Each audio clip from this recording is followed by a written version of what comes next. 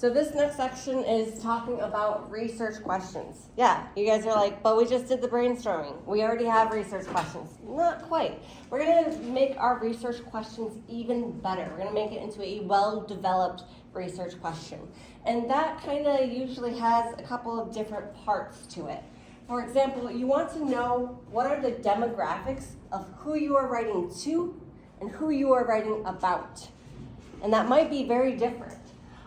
Demographics are basically anything that describes the audience members that you are talking about. Their age, gender, race, class, geographical location, education level, their, where they went to high school. Whatever that might be, that is what describes who your audience members are. So now, if you were writing an essay about, peanut butter jelly sandwiches, right? And why they are healthy and why you should feed them to your kids. Feed them to your kids. Who is my audience?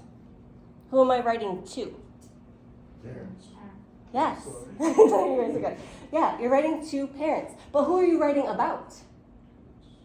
The kids that are going to be eating the peanut butter jelly sandwiches. So you can see how just in my topic alone, you can see that who I'm writing to and who I'm writing about are very different. All right, so when you're writing your research question, you want to kind of take that into consideration. Maybe you are talking to college students. You're going to have a very different research question than if you were going to be writing to college instructors, right? Or maybe a CEO of a company, if you're writing like a business plan, right? So do keep in mind that there are intended and unintended audience members.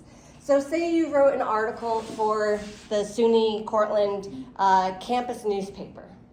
Who might read your newspaper article? Everybody. What was that? Everybody. Everybody. Like who? Students, faculty, staff. Yeah. Everybody that works here, goes here. Absolutely. So your intended audience would be student body, people who are students or coming to college, people who work here, whether it's faculty or staff.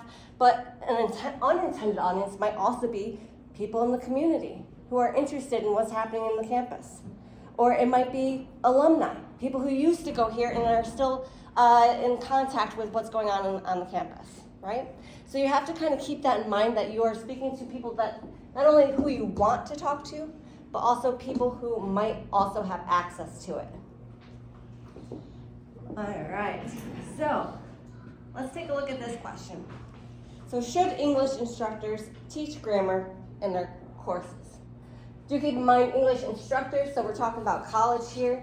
Should the college English teachers teach grammar, right? Some might argue, well, no, because they should have learned that in high school or even younger, right? Whereas other people might be like, well, they might need it. We have a lot of students coming from lots of different backgrounds. Maybe not everyone had the same level of education in all of their schools. Every year I give a grammar quiz to my students, and I have the widest difference in grades on anything else. Because some students have it hammered into their brain. Other students, they kind of glossed over it, right? Maybe their teacher was more about positive feedback rather than making sure your adjectives are in the right spot in the sentence, right? All right, so you want to kind of consider who your audience is. So we're talking, should English instructors teach grammar in their courses? Are you talking to students? Are you talking to instructors? Are you talking to parents, right? You want to consider, once you know who your audience member is, you want to know what they already know. What do you have to explain to them? What terms do you have to define? Are they already familiar with all of the research that's behind what you're going to be talking about? Or do you have to kind of explain to them what that means? So you want to know what they do know and what they don't know. You also want to know where your audience stands. Okay, so whether you are for something or against something, you want to take into consideration, where does your audience stand?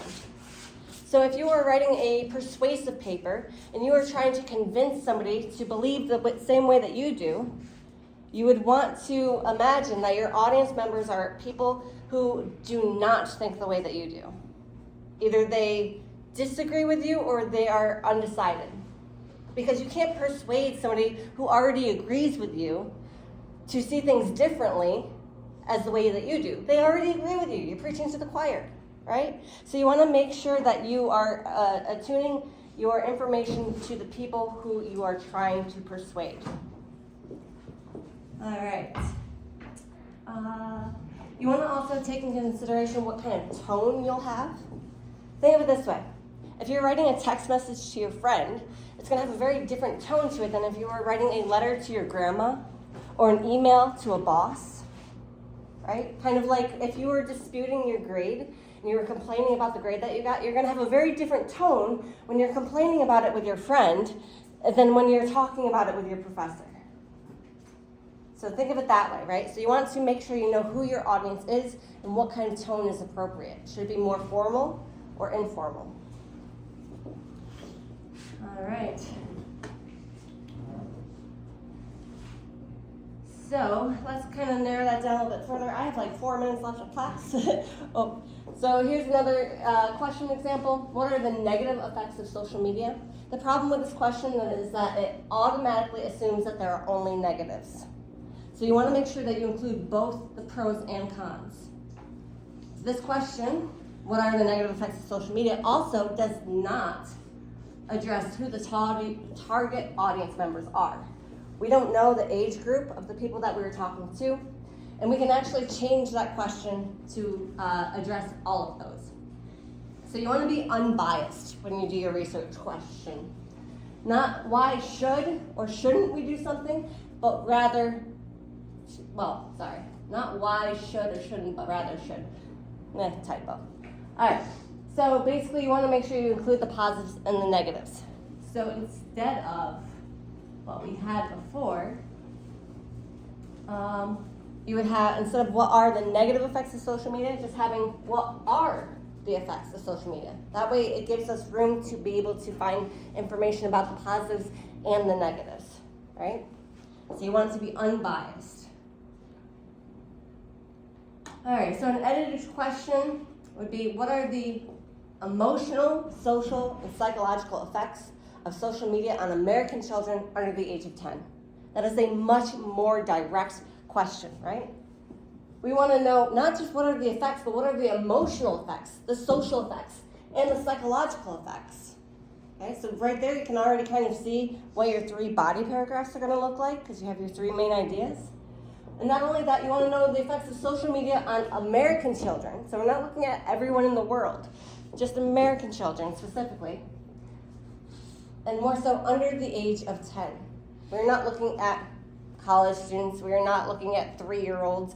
We're just looking at anyone, maybe 3-year-olds. Anyone under the age of 10. So not preteens, not teenagers, just that age group. All right, so normally what we would do if we had more time is I would tell you to refine one of the questions from your brainstorming portion and share the question with the class. But I'm not going to have you do that. We only have maybe 2 minutes left of class.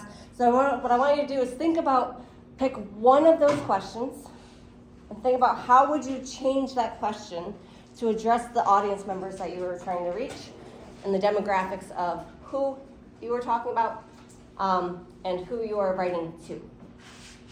Okay? And then once you have that question, you can turn in the papers up front here and have a great day.